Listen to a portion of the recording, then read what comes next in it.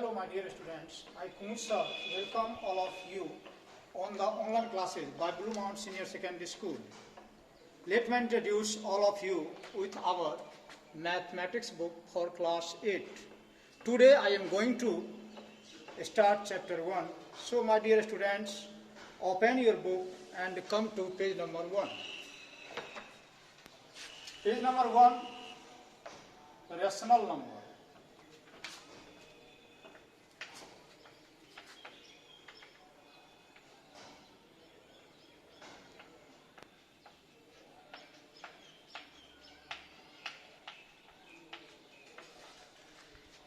Rational number परिमेय संख्या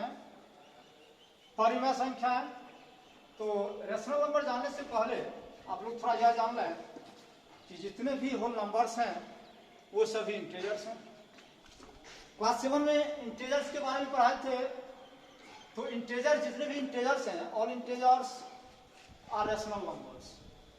तो इंटीजर थोड़ा समझ लें। इंटीजर्स को हिंदी में पूर्णांक कहते हैं। इंटीजर्स में हो गया 0, 1, 2, 3, 4 डॉट डॉट डॉट।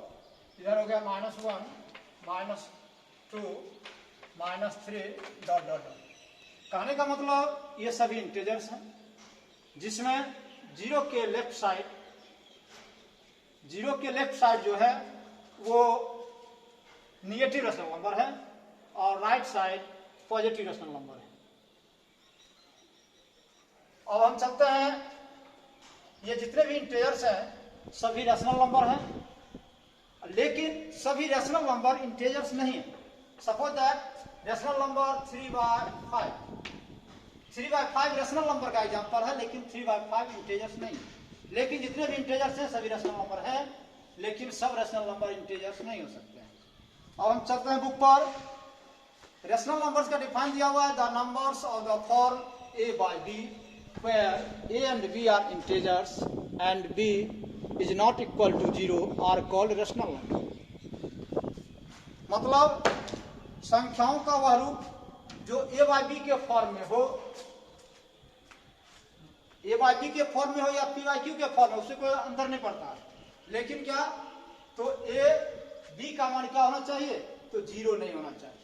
जैसे 3/5, 4/8, -3/7, -2/3, -7/-5, -8/-12। ये सभी एग्जाम्पल हैं रेशनल नंबर के। ये सभी एग्जाम्पल हैं रेशनल नंबर के। अब इसमें देखिए, इसमें रेशनल नंबर में भी दो तरह से आ गए। एक आ गए पॉजिटिव रेशनल नंबर, एक निगेटिव रेशनल नंबर। अब इसमें से कौन पॉजिटिव है कौन निगेटिव है। पॉजिटिव रेशनल नंबर धनात्मक परिमेय संख्या जिसमें न्यूमरेटर और डिनोमिनेटर दोनों पॉजिटिव हो या दोनों निगेटिव हो, वो कहलाएगा पॉजिटिव रेशनल नंबर। अगर न्यूमरेटर या डिनोमिनेटर में से कोई एक निगेटिव हो तो वो कहलाएगा निगेटिव रेशनल नंबर, यानी ऋणात्मक परिमेय संख्या। बच्चों, आप लोग के मन में यह भी क्वेश्चन उठ सकता होगा कि जितनी भी संख्याएं सभी रेशनल नंबर हैं, जितने भी फ्रैक्शन है सभी रेशनल नंबर हैं, आखिर कौन रेशनल नंबर नहीं है। तो रेशनल नंबर नहीं है वो कहलाता है इरेशनल नंबर। वो नेक्स्ट क्लास 9 में आप लोग पढ़ेंगे। इरेशनल नंबर अपरिमेय संख्या होता है जिसका मान वास्तविक नहीं होता, जैसे √3, √7, ये सब अपरिमेय संख्या हो गए। इसके बारे में भी आप लोगों को पढ़ना नहीं है, थोड़ा ये जान लें। ये परिमेय संख्या ये हो गया, और अगर अपरिमेय पूछ दे तो अपरिमेय ये हो गया √3, √7। इसका मान अगर हम निकालते भी हैं डिसिमल में तो क्लियर मान नहीं होता है।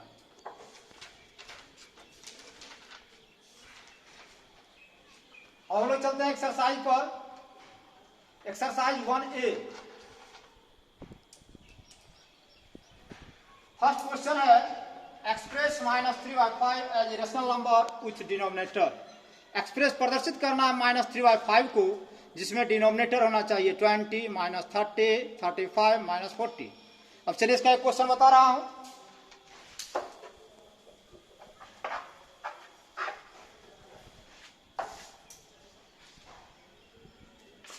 एक्सरसाइज 1A फर्स्ट क्वेश्चन है।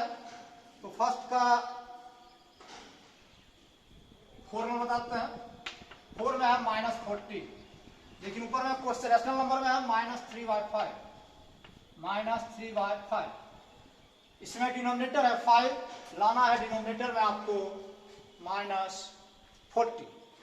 अब इसको क्या करेंगे, -40 डिवाइड 5 इक्वल टू क्या हो जाएगा, -8। थोड़ा इसको याद कर लेंगे, पीछे इंटीजर्स में पढ़ाए थे आप लोगों को ये रूल, जो plus into minus equal to minus, minus into plus equal to minus, plus into plus बराबर प्लस, और minus into minus equal to plus. ये आपको रेशनल नंबर में भी काम देगा, इंटीजर्स में भी काम देगा। जब दो नेगेटिव हो या दो पॉजिटिव हो, या नेगेटिव को पॉजिटिव से गुना करेंगे या पॉजिटिव को नेगेटिव से गुना करेंगे तो मान क्या होगा। जैसे यहाँ -40 था और यहाँ 5 था, -40 नेगेटिव में था, 5 पॉजिटिव में था, तो यहाँ माइनस यहाँ प्लस, तो यहाँ क्या हो गया, -8। अब -8 हो गया, लाना है हमको क्या, -40। अब -3/5 को हम -8 से गुना कर देंगे, ऊपर नीचे दोनों करना है। अब इसको मल्टीप्लाई करेंगे, -3 इंटू -8, तो माइनस गुना माइनस क्या हो जाएगा, +24 हो गया ये, और ये हो गया -40। इस ढंग से क्वेश्चन नंबर आपका 1, 2 और 3 सेम पैटर्न का क्वेश्चन है। अब हम क्वेश्चन नंबर 4 पर चलते हैं। क्वेश्चन नंबर 4 कहता है express each of the following rational numbers in standard form. Standard form मतलब मानक रूप। पिछले क्लास में आप लोग पढ़ भी चुके होंगे, ये लोएस्ट टर्म जो पढ़े हुए थे, लोएस्ट टर्म का है दूसरा रूप। लोएस्ट टर्म जैसे HCF LCM चैप्टर में लोएस्ट टर्म पढ़े थे या रिड्यूस फॉर्म पढ़े थे, वही सिमिलर क्लास में हो गया स्टैंडर्ड फॉर्म, यानी उसका मानक रूप लिखना है, उसका छोटा रूप लिखना है। अब ये रैशनल नंबर का है, तो ये क्वेश्चन नंबर 4 का, जैसे फर्स्ट देखिए 4 का फर्स्ट -12/30। इसमें यदि नेगेटिव डिनोमिनेटर आता तो इसको पॉजिटिव करते, लेकिन यहाँ डिनोमिनेटर ऑलरेडी पॉजिटिव है, तो सीधा हम HCF निकाल लेंगे। HCF of 12 and 30 equal to हो गया, इसका अलग निकाल लेंगे, HCF हो जाएगा 6। अब -12/30 डिवाइड 6 इक्वल टू हो गया -2/5। ये -12/30 का जो स्टैंडर्ड फॉर्म लाएंगे तो -2/5 होगा, जबकि दोनों का वैल्यू क्या है, सेम है। स्टैंडर्ड फॉर्म इसमें भी आप लोग बनाते थे, लोएस्ट टर्म में भी वैसे। अगर नीचे में निगेटिव हो, मान लीजिए इसी में अगर दूसरा क्वेश्चन दे दें -18/-24, अगर नीचे में डिनोमिनेटर यदि निगेटिव हो तो पहले इसको चेंज करना पड़ेगा पॉजिटिव डिनोमिनेटर में। पॉजिटिव डिनोमिनेटर में अगर चेंज नहीं करते हैं तो आपका बना हुआ गलत हो जाएगा। तो ये 18/-24 है, तो सबसे पहले इसको -1 से मल्टीप्लाई करते हैं। क्यों करते हैं, तो डिनोमिनेटर जो निगेटिव है इसको पॉजिटिव में लाना है। ये हो जाएगा -18/24। अब इस -18/24 को स्टैंडर्ड फॉर्म में कर देंगे, तो सीधा से बना देंगे हम HCF of 18 and 24 equal to हो जाएगा 6, -18/24 डिवाइड 6 यहाँ हो गया -3/4। चलिए हम लोग नेक्स्ट क्वेश्चन चलते हैं। क्वेश्चन नंबर 5, 6 और 7 एक कैटेगरी का क्वेश्चन है, पूछ रहा है कौन बड़ा है कौन छोटा है। इसमें 5 में जो दिया गया है तो 5 में क्लियर है, उसमें कुछ करना नहीं, आप लोग सीधा लिखना है बड़ा है और छोटा। जैसे 5 का फर्स्ट है क्वेश्चन 3/8 और 0 का रहा है, तो 3/8 और 0 में क्लियर है 3/8 क्या होगा, बड़ा होगा। यही अगर पॉजिटिव निगेटिव में कर दे 3/5 और इधर कर दे -5/7, तो ऑलरेडी बिना बनाए हुए आप समझ जाएंगे ये पॉजिटिव रेशनल नंबर है, ये नेगेटिव रेशनल नंबर है, तो ये पॉजिटिव रेशनल नंबर क्या होगा, बड़ा होगा। इसमें क्या बड़ा होगा, तो 3/8 बड़ा होगा किससे, 0 से। एक बात और जान लें कि 0 जो होता है, ये आपके बुक में ये है, जो every positive rational number is greater than 0। जितने भी पॉजिटिव रेशनल नंबर हैं वो 0 से बड़ा है, लेकिन एवरी नेगेटिव रेशनल नंबर है वो 0 से क्या है, छोटा। अब थोड़ा कंपैरिजन करने में कौन बड़ा है कौन छोटा है, जब फ्रैक्शन के टर्म में होगा तब देख लें क्वेश्चन नंबर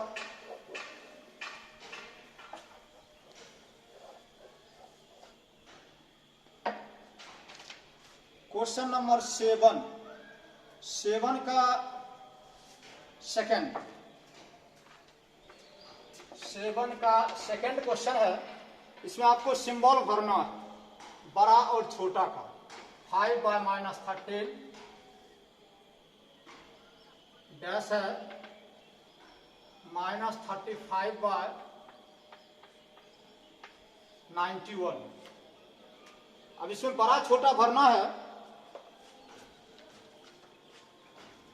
तो इसको बताने का मेरा मतलब यह था, जो पहले नीचे में डिनोमिनेटर निगेटिव है, इसको पहले पॉजिटिव में चेंज कर लीजिए। तो -1 से मल्टीप्लाई कीजिए, क्या हो जाएगा, -5/13, और ये -35/91 है, तो -5/13 और -35/91। अब तो ऐसे भी आप देख सकते हैं, जो 5 7 35, 13 7 91, दोनों इक्विवेलेंट है। अगर 91 गुना 5 कीजिएगा, क्रॉस मल्टीप्लिकेशन भी करेंगे, तो ये दोनों क्या हो जाएंगे, इक्वल हो जाएंगे। क्यों, -5 × 91 हो गया